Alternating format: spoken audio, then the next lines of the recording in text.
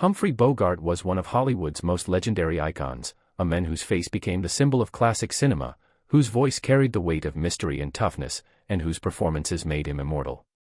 To the public, Bogart was the ultimate leading man, cool, confident, and untouchable, the kind of star who seemed to live exactly the life people imagined: glamorous premieres, famous friends, and a love story with Lauren Bacall that became Hollywood folklore. But behind the smoke-filled rooms, the sharp suits, and the unforgettable screen presence, there was a truth about Bogart that remained buried for decades. According to stories that have resurfaced and sparked renewed fascination, Humphrey Bogart may have lived a double life for nearly 30 years, one that even his closest fans never suspected.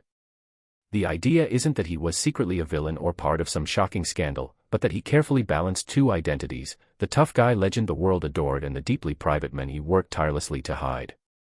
Those who knew him best have long hinted that Bogart's public image was, in many ways, a performance of its own. Off-screen, he was reportedly far more sensitive, insecure, and emotionally guarded than anyone realized, shaped by a complicated upbringing and the pressure of proving himself in an industry that rewarded swagger and punished vulnerability. While the public saw him as fearless, insiders suggest Bogart battled anxiety and a deep fear of being exposed as not enough, which pushed him to overcompensate with a hard exterior. The double life wasn't about secret lovers or hidden crimes, it was about survival in Hollywood, where men like Bogart were expected to be tough at all times, even when they were breaking inside.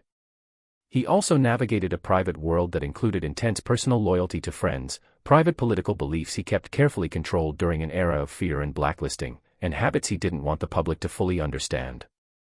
Bogart's heavy drinking, for example, was long known, but the extent to which it became part of his hidden struggle is something that later accounts claim was far more serious than the studio system ever allowed audiences to see.